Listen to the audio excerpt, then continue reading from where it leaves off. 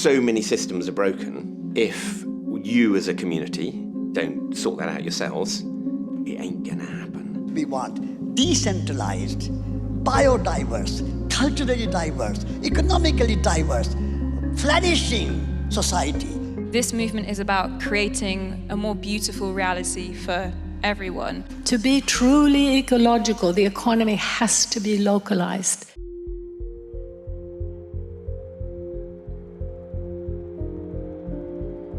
Humanity is at a crossroads. The choice is stark. Either we continue to deny reality and face inevitable ecological and social collapse, or we join the countless numbers of people on every continent who are forging a very different path. For thousands of years, our cultures were finely tuned to the infinite diversity of the natural world. The way we lived our lives and the stories we told reflected our deep spiritual connections with life around us. Our skills were born of an evolving dialogue with the sun and moon, with water, plants, and animals. Human life in sustainable balance with the rest of creation. But in recent times, we have lost our way. A man-made consumer monoculture has ruptured our sacred connections with Mother Earth, fooling us into believing that we can create something better than life itself. A toxic combination of speed, distance, and scale has made care and accountability obsolete, giving rise to a de facto corporate empire that now threatens the well-being of virtually everyone on the planet. These days, we just hear about more and more crises in the news, and we're all running faster and faster just to keep a roof over our head. It's really easy to feel overwhelmed and hopeless. There's actually a huge cultural turning going on that is so positive, but we don't get to hear about it. When we step back to look at our economic system, it becomes clear that it's the main cause of increasing poverty worldwide, increasing pollution, increasing breakdown of every kind, polarization, anger, violence, and even war.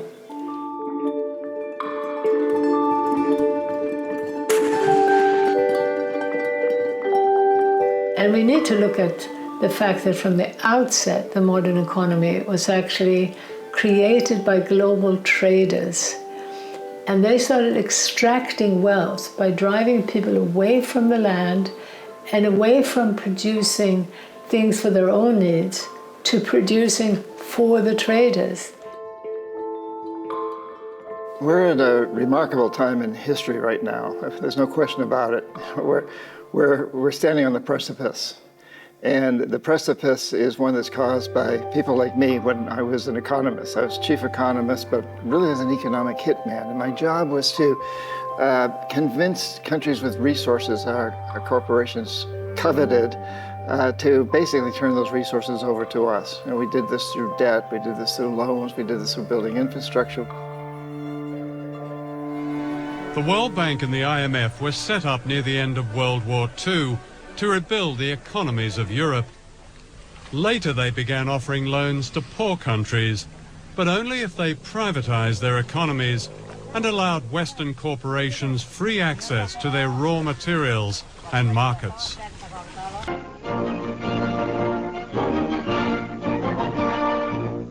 At Bretton Woods, New Hampshire, delegates from 44 allied and associate countries arrived for the opening of the United Nations Monetary and Financial Conference. Since the Second World War, the grip of the global financial institutions has only intensified. In the name of free trade, governments on both left and right have handed over more and more wealth and power to multinational banks and corporations. They have promoted the concept of a free and fair market, while actually using taxes, subsidies, and regulations to favor global monopolies. in the process destroying the rich fabric of smaller, place-based economies all around the world. We were a kind of champion of Westernization, Americanization, and globalization. What we are experiencing now is not just an ecological disaster, but it's a cultural disaster. Life is becoming harder and harder. The gap between the rich and poor, widening. And poverty is really increasing rapidly.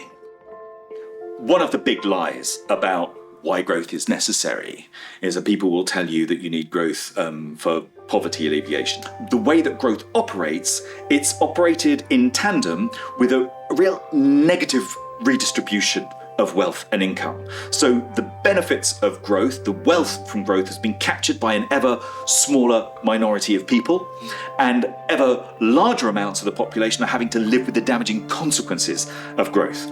If you and I have our car stolen, we have to buy a new car, it's good for GDP.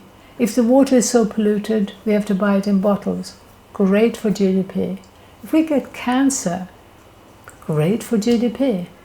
If we plant a garden and eat healthy food and stay healthy, that's bad for GDP.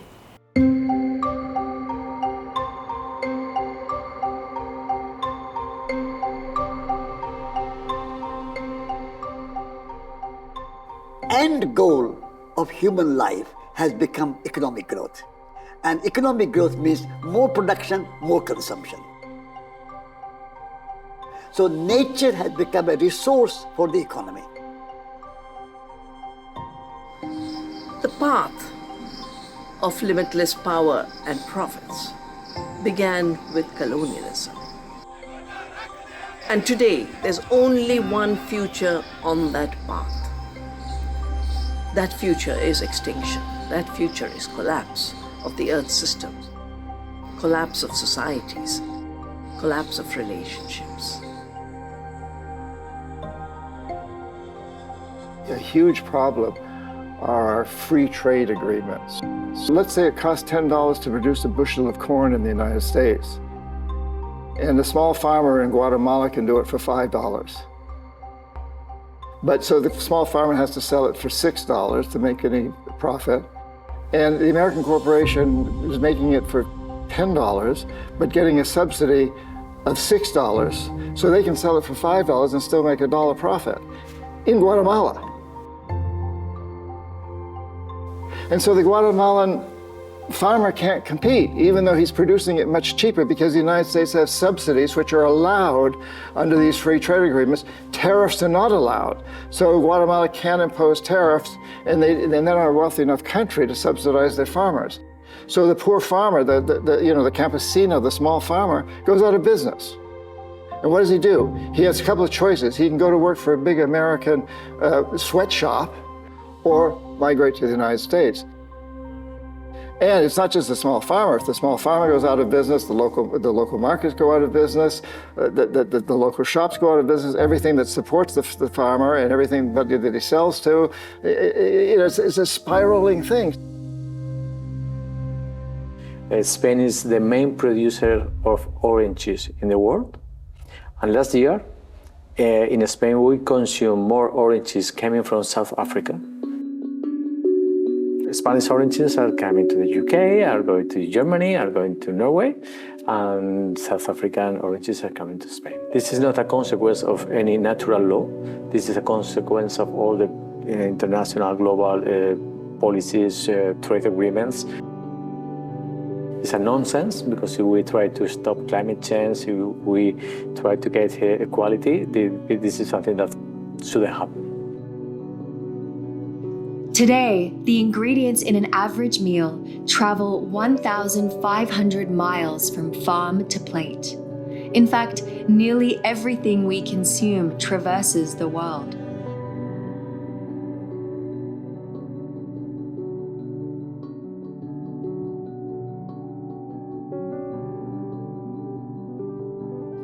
a vast network of ever larger ports, airports, and superhighways shuttle identical products back and forth, all courtesy of so-called free trade agreements. Agreements such as NAFTA and GATT gave rise to the dangerously volatile mix of a deregulated global financial market and digital technology. All the international maritime and air transportation, the emissions from this are not accounted by any country. Just think of all those vessels with all kinds of commodities from China to everywhere, from mining, with soy, with oil, with liquefied gas.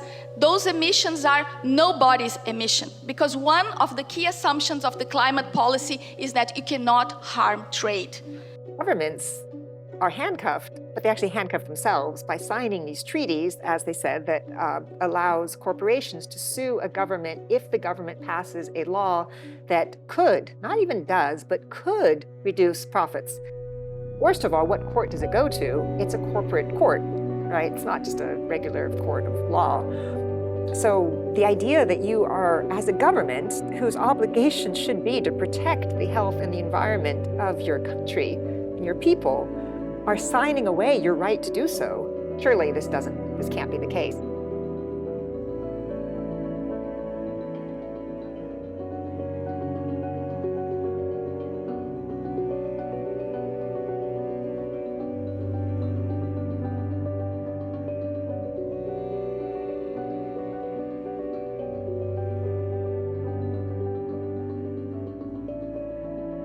What happens with global trade is that often that best agricultural resource is being used to produce luxury commodity crops to feed other spaces.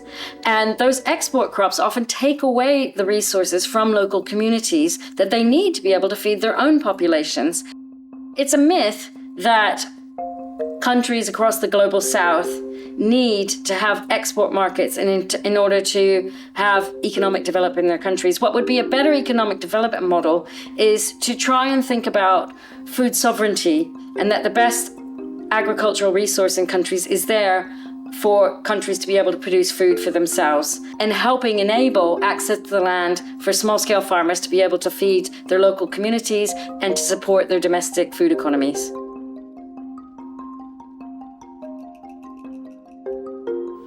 And in Africa, we have stood up with our 2 feet to defend our food systems, which we believe is right now is under threat by the green revolution in Africa, which is being driven by the corporates, which actually do not feed the majority of us. We are actually moving around in all the 54 countries in Africa with My Food is African campaign. My Food is African campaign is a campaign which is emphasizing that we need to eat food that is African, that is homegrown. Globalization ruined diversity in our food and ruined diversity of our culture, ruined diversity of thinking. It ruined everything. So now people, the whole country, think the same way and do the same thing. That means work hard to make money. Don't care about themselves. Don't care about nature. Don't care about family. Don't care about anything. Money is number one. Because of the concentration of power and wealth in global corporations, essentially, virtually every avenue of knowledge has been colonized.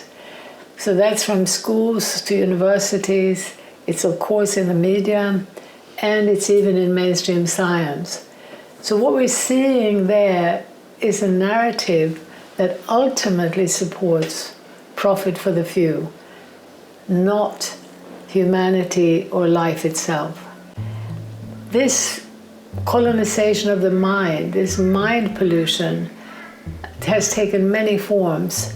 Among other things, it still promotes this romanticized idea of an amazing, successful, happy consumer culture in the West. And it's being pushed on rural people around the world to make them feel backward and stupid. Right, I'd climbed all the towers that were promised to be highways to heaven, and they didn't lead to anywhere promising. And it was from those heights I started to notice the losses I had experienced, but couldn't even name at that point. See, to be educated where I come from is to be educated out of context. It's to be teased away from contextuality. It's to be decontextualized. So there was hardly any awareness of my language, my stories, the stories of my people. There's a saying, the white teacher who brought the pencil also brought the eraser. And so what's being erased? So we're told, as I said, our grandparents don't exist anymore. We're told that our territories, our lands don't matter. We're told that our hands and our bodies don't matter. We're told that our ancestors don't matter. The dominant education system is designed to destroy our connection to self and to place and to community. Education has just created me as a part of the system, like an agent for the system, and hasn't taught me social innovation and how to change the system and make the system better, or it just shows you how to maintain something that creates privilege for few. I think we are waking up when we start working and we see that our work is not making any difference in the world. Like if I was working in marketing and creating advertisements for big companies, and I was like, why am I doing that? Why am I using my life to make more money for people who are already billionaires? We are dehumanized, basically, without knowing it, without seeing it, because it is the way we grow up.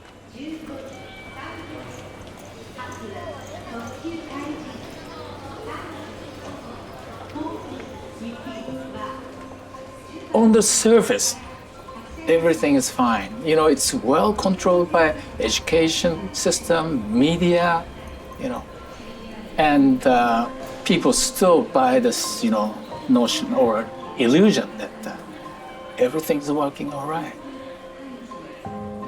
As the cost of living increases, our interactions have become increasingly brief and transactional, and we're encouraged to seek belonging through consumerism, stuffing a void in ourselves instead of addressing our spiritual need for connection to others and to nature. Meanwhile, the world of social media is becoming our new reality, an anonymous place of ruthless competition, division, and alienation. We're being pitched one against another artificially, partly by the system of capitalism, which is all about competition, and partly by social media, which thrives on polarization. But there is a massive increase in mental illness. Very few people feel grounded and happy with their lives now. And this is not surprising, because there are three things that give meaning and fulfillment to human life, above all. One is belonging to a stable, secure community in which you feel you belong, where you know you can trust, where you share values, where you can open your doors to people and share your lives with them. The second is the relationship with the natural world. And I think the third one is the relationship with the divine. We're going through this spiritual crisis. Our children are harming themselves, or isolating themselves. They kill themselves, In my world, this pandemic of depression and increasing suicide rates among young people globally is almost like an expected outcome of the global economy and the fragmentation that we're experiencing within psychiatry and within mental health. There's been almost like an effort to isolate this problem from the meta-crisis and almost kind of put the blame back on the individual and say, what's wrong with you? And then how can we fix you? We are told that our struggles are solely our own, that we are individually responsible not only for our own problems, but also for the problems of the world. But the reality is that the multiple crises we face are systemic. climate change, the breakdown of democracy, our own depression and anxiety can all be traced back to the same root cause: an economy almost wholly divorced from the living world. Localization is about moving in exactly the opposite direction of the globalizing path. It's a process of rebuilding the systems of human interdependence and community, and our interdependence with the living world on which we depend. It's about creating more accountable, more visible systems so that we're not trapped in a world where we can't even see the impact we have on other people or on the natural world. It's a coming home to the way that we evolved. For most of our time on this planet, that's how we lived. And it meant that young and old were deeply connected, were supporting each other through their entire life. It meant that we knew that we belonged, we knew who we were, because our identities were shaped by those relationships. In the absolute heart of darkness of this crisis of meaning that defines our civilization, there is a different path that is starting to emerge. And that's why I think that even though consumerism seems to have us in such a tight grip, actually that grip may be a lot more fragile than it seems. What if we could turn to our neighborhoods? What if we could have and develop and cultivate intelligences that are immediate and intimate? What if we didn't have to depend on Coca-Cola or some other giant corporate formation in order to have bread or to have drink or to make merry or to meet ourselves for the first time? There is this deep yearning, the deep longing for connection to community, to come out of our isolated homes into a place where we feel like we belong. If we go further back into understanding how to be in the flow of the cycles of time, the natural cycles of nature, then we may have true progress as opposed to this artificial progress, which is progress towards destruction. If enough of us actually feel into these values we're talking about of deep connectedness, and in addition to really orienting our own lives towards doing what we know is needed, like locally and together and in our communities, also making bridges, looking at what others are doing around us and amplifying the work of others. So as a coherent, cohesive global network of change, we might develop enough power to make that transformation happen in time. Well, I mean, what is localization really about? It's about increasing the density and the complexity and the richness of local connections, with people and places and beings, plants, animals, water, air, like all of the things that create a place. We all need to be rooted in a place. So our economy has to be rooted in a place. Our politics has to be rooted in a place. If we are changing the systems of our basic needs, meaning that if we change the way we produce and consume and distribute things like our food, but also energy, also transport, doing that, we can develop pathways towards much more healthier and fair communities and through that society. If we want to create a better future, we need to first remember our past. We are not a cancer on the planet. We have the potential to be a regenerative keystone species, as was said. And the truth is, none of us would be here if, for the long arch of our journey as a species, we had not been gardeners and careful tenders of the ecosystems and the bioregions that brought us forth. La relocalización es el camino en el cual nos tenemos que dirigir todos a nivel mundial, que eso es lo que está pasando, es la respuesta a la crisis de un sistema político, económico que no funciona. La relocalización es una respuesta que se está dando en todo el mundo, en muchas regiones campesinas, indígenas, urbanas, en muchos lugares.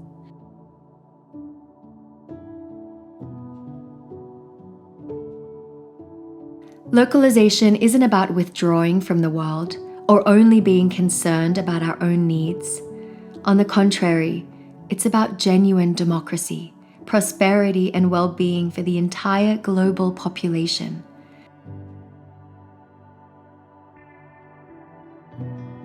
We actually can't have localization if global power structures are invested in a corporate state nexus that's sole job is to undermine our livelihoods, our life force, our well-being.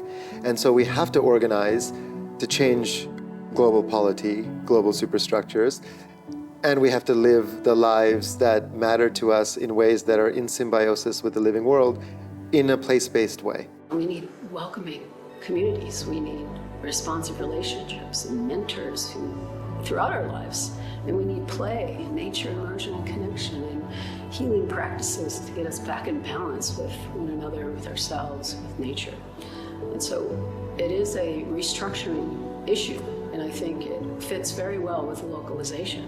Once people wake up to the fact that in the name of growth, we're all poorer, we're going to have a very powerful movement that will insist that we no longer measure progress through GDP, that will insist that we now start regulating and taxing the global corporations.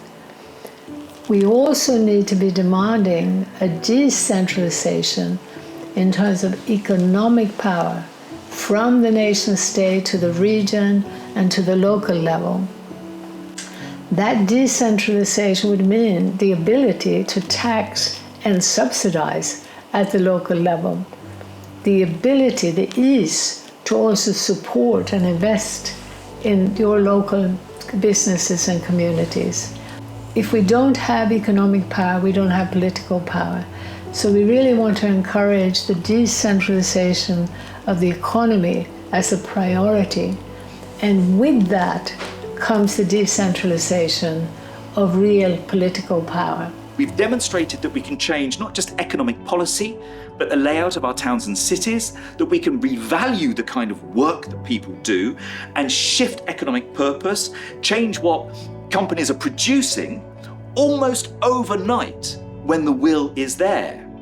There's so many things we can do, but one thing is nurture local businesses and get all of the additional benefits of local business, which include more income, more wealth, more jobs, better environmental protection, better civic participation, more public health from better food.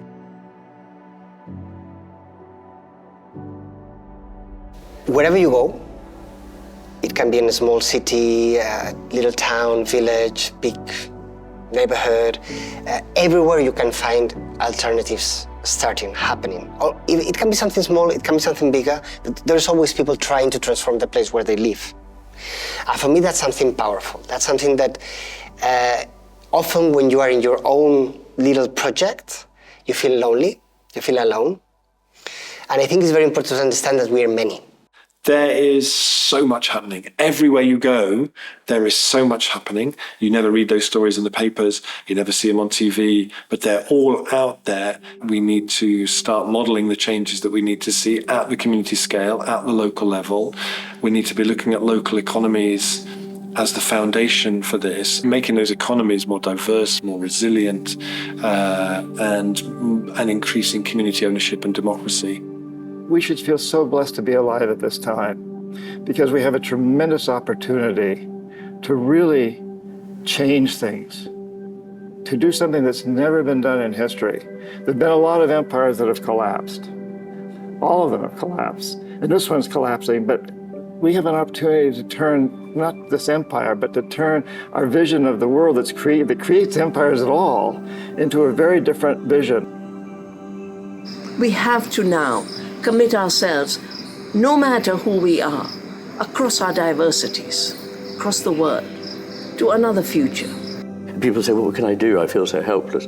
Here am I, this small person, and there's this vast earth, and then there's an infinitely vaster cosmos, which means that none of this means anything.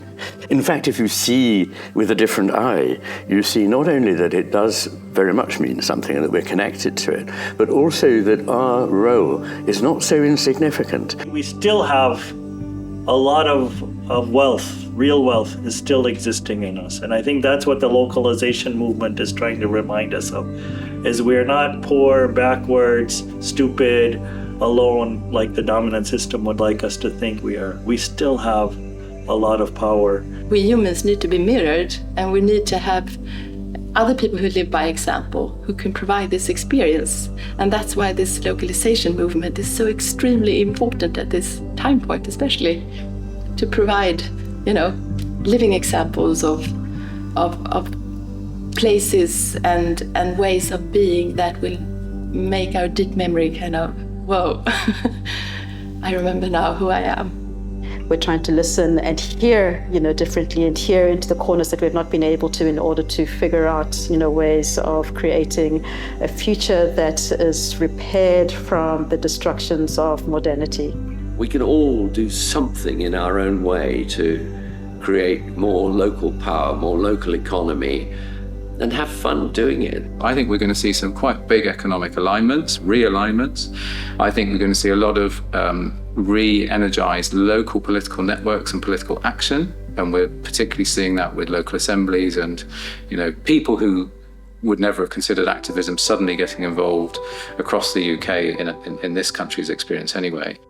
The idea that the world is still yet to come, that colonization hasn't stabilized or frozen everything into stable categories, that the world is open and emergent and poetic and promiscuous. That is the most hopeful thing. Through community initiatives and deeper dialogue globally, a movement is emerging that has the potential to shape the future we want. One in which business and technology serve the needs of the many, rather than the profits of the few.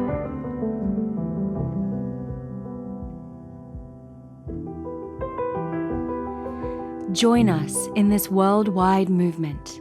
Together we can turn the tide away from the destruction of ourselves and the planet and return home to Earth, to a local future.